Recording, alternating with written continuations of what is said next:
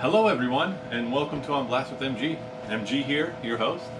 And today, I went out to the thrift stores and I came across a Ronco food dehydrator for $2.50. Now, these guys are awesome. If you've never used one, you've got to try them. They are awesome at dehydrating really any kind of food, but what I use it mostly for, fruits and veggies, and to make beef jerky. So why is this unit so much better than really all the other units out there? Number one, it's light. It's really light, and it's really simple to operate.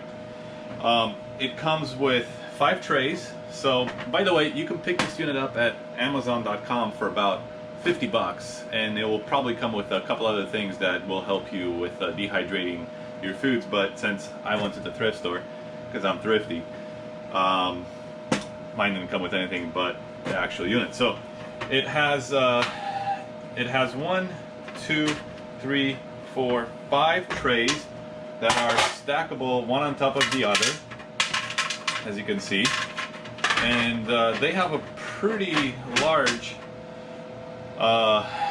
area to dehydrate foods. This is where you're gonna put in all your food to dehydrate. So the stacks get stacked on top of each other, and the cap is placed on. So how does this machine work? Let me show you really simply. It has a coil at the bottom, as you can see here, and the coil heats up, and there's a little fan right inside this unit right here that will move the air around, and it will work by dehydrating your foods through convection heating. Okay, so it's a really simple unit. There's nothing much to really break on it. It's just the heating coil and a little tiny fan at the bottom. It also has openings right here, as you can see. These aren't adjustable, the ones at the bottom, at least not in my unit. Maybe the newer ones are. That will move the air from the bottom through the top, and I will show you how that works. At the top, you have an adjustable air vent. So you know, to be able to dehydrate foods, you want to have air moving through. So you never really want to close this off completely. You always want to have it open, because the air has to move through the unit in order to dehydrate your foods, whatever you're dehydrating. The only difference is, if you're dehydrating something that has a lot of water in it, for example watermelon, you want to have this thing open fully. So you want to have as much air moving through it as you can. If you're dehydrating things that are, you know, normal, you know, low water content, like carrots or apples, or, you know, things of that nature, beef jerky, I usually keep it at about a half setting. So there are some numbers here. I don't know if you could see this. Let's see if we can move it closer. It goes from 0 through 4. So I keep mine at about a 2 right here when I dehydrate just the regular stuff like beef jerky, or in this case today we're going to do some bananas. So this unit, it's great. It dehydrates quite a lot. You know, you could fill all the 5 trays and you could get a lot of product done in little to no time. The only disadvantage to this unit, to some of the units out there that work via, let's say, like air fryers. A lot of air fryers out there that have a dehydrate function, and those will, you know, generally dehydrate your food in about 8 hours or less. The thing with this unit, generally things take about a minimum of 24 to 48 hours depending on what you're dehydrating. So it does take a little bit longer, but if you're not, you know, pressed for time, you could get quadruple the amount of things dehydrated than you could get into one little air fryer dehydration tray. You got 5 trays going on here, as opposed to maybe 1 tray or 2 trays in an air fryer. So you could definitely get more volume done in this, and I think it tastes better. So let's go ahead and take a look at what we're going to dehydrate today. So today we got some bananas. I have a small boy, 3 years old. He loves bananas, but as much as he loves them, he's not eating all of them. So a lot of them start to tend to go a little bit bad. You know, you can see these I don't like eating bananas that are, you know, this way past their prime. So instead of wasting them, I'm gonna dehydrate them, and I'm gonna put them in a little Ziploc bag and hand them off to my son, or take them on a hike, or, you know, when you go camping, or just store them, because dehydrated food stores very, very well. So let's go ahead and show you how I dehydrate, and you guys will see the results of the dehydrated bananas with the Ronco dehydrator. All right, so let's go ahead and cut the bananas up.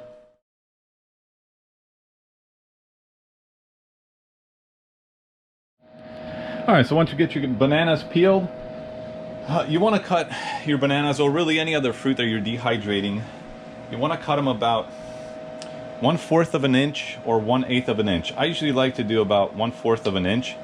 So that's about this size.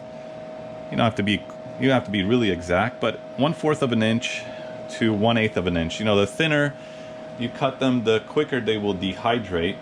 So let's go ahead and cut all these. I like mine a little bit, not as crispy as most, so I cut mine a little bit thicker. So I'm gonna go ahead and cut all these, and then we'll put them in the dehydrator and get it going.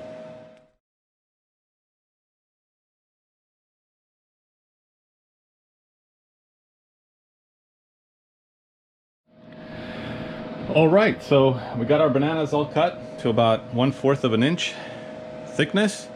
As you can see, got all slices right here. Now, my secret is adding a bit of salt to, just a splash of salt, not a lot, just a little bit of salt to all of the bananas. That's why I laid them out here flat, so that I could put a little salt on one side. What that will do is will bring out the sweetness in really anything that you do, anything that's sweet that you add a little salt to in a dehydrator, it will bring out that sweetness even more. So if you like your things a little bit sweeter, add a little bit of salt. It's kind of a little secret. So let's go ahead and do that. And just a splash, nothing serious. You don't want to over salt these. Just a little bit of salt to really bring out the sweetness. Okay, so there we go. We got that. Now a dehydrator will work through convection heat, like I mentioned. You know, through the air holes at the bottom with the ones at the top. It's going to move the heat and circulate around and dry out all of your product. So these bananas, you know, at the end of the day, they're going to have about, you know, 6 to 10% water content, and you know, they're just going to be basically banana chips. So we're going to put them all in the tray, and let's go ahead and show you guys that. You take the top off. The top is just the vent and the cover, so that's not an actual tray. You're gonna take one of the trays, and you're just gonna start stacking them up. You know, you don't want to stack them on top of each other, so you don't want to do this. It's not going to come out right like that. So you want to put them right next to each other without touching, you know, and fill up as much of the tray as you can. You could see, you know, these 5 trays, I'm probably only going to use 2 of them at most with the bananas that I did. And I think I had about 5 bananas, if I'm not mistaken. But you could see the difference between the Ronco dehydrator and some of the other ones that, you know, are on the market that only have maybe 1, 2 trays, especially the air fryers, which you could dehydrate with, just not going to have as much volume as this one. So let's go ahead and stick them all on here, and then we'll put them in and turn it on.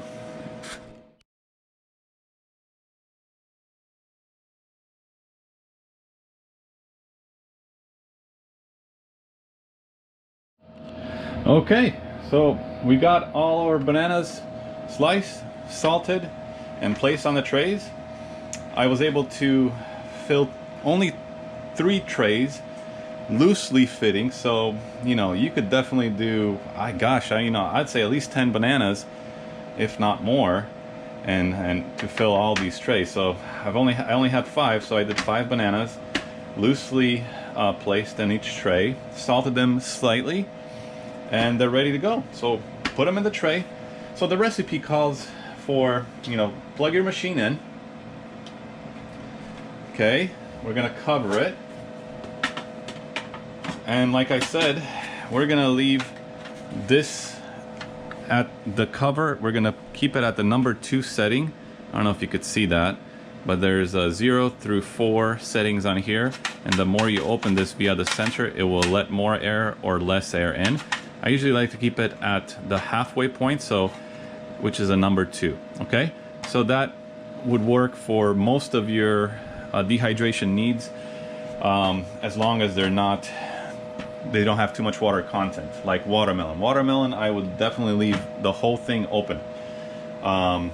So the watermelon would be at a setting of 4, as opposed to bananas would be at a setting of 2. Okay, so once they're in, you're ready to go. That's as simple as that. Plug it in. As soon as you plug it in, it turns on. So this machine, at least mine, maybe the newer ones do, this one doesn't have an on-off button. As soon as you plug it in, it starts working. The heating coil starts to heat up and the air starts to circulate. You're gonna leave it like this for 36 hours, and importantly, you want to, about every 4 to 6 hours, you're gonna come in and you're going to basically rotate the trays. You're gonna take the top one and put it at the bottom, and so forth until the bottom one ends up on the top. Okay? It's not necessary, absolutely necessary to do this. However, it will give you a more even dehydration. So I'd say, you know, do it if you have time. If you don't, you know what, just leave it alone. Don't worry about it. It's all gonna come out pretty good in the end anyways. So, don't need to turn it on. It turns on by itself as soon as you plug it in. I can already smell, I wish this had smell-o-vision. I can already smell the bananas and the heat kind of circulating, making a really nice banana smell. Just stick it in a nice out-of-the-way spot, not too humid, just, you know, your regular kitchen should be fine. And come back in 36 hours and you'll have banana chips. Now remember, the thinner you cut them, the more crispier they'll get. So it's preference. If you like them not as crispy, then cut them a little thicker. If you like them more crispy, cut them a little thinner. All right, that's it. So let's check back in 36 hours and we'll see how they look. All right. Okay, so it's been about 36 hours now. We've flipped these, we've rotated these from top to bottom about every 4 to 6 hours. And now our banana chips are ready. So first thing, unplug the machine, take the top off, get yourself a plate, and then peel them off. There you go, banana chips. Some of them might be a little stuck to the little tray here, but just peel them off. And there you go. These to me are perfect dryness. They're not crispy yet, but they are very dry, as you can see. You can leave them in there a little bit longer and they will get crispier. So if you want a really crispy banana at 1/4 inch, 1/4 of an inch cut, then you probably leave them in for another 4 to 6 hours, or just check them every couple of hours and see how they look. So let's take these off. And then what I'm gonna do is stick them in a Ziploc bag after letting them cool for probably about half an hour, so they could get the heat out of them, so you don't get any moisture in your Ziploc bag. And then you got banana chips. So let's go ahead and put all these on a plate, let them cool, and then we'll show you guys how they look in the bag.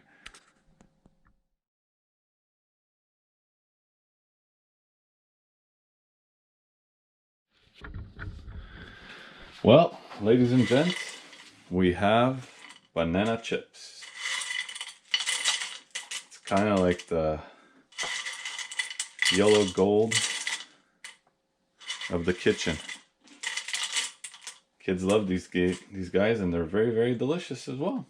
So there you go. Now we just got to package them up, and they are really portable.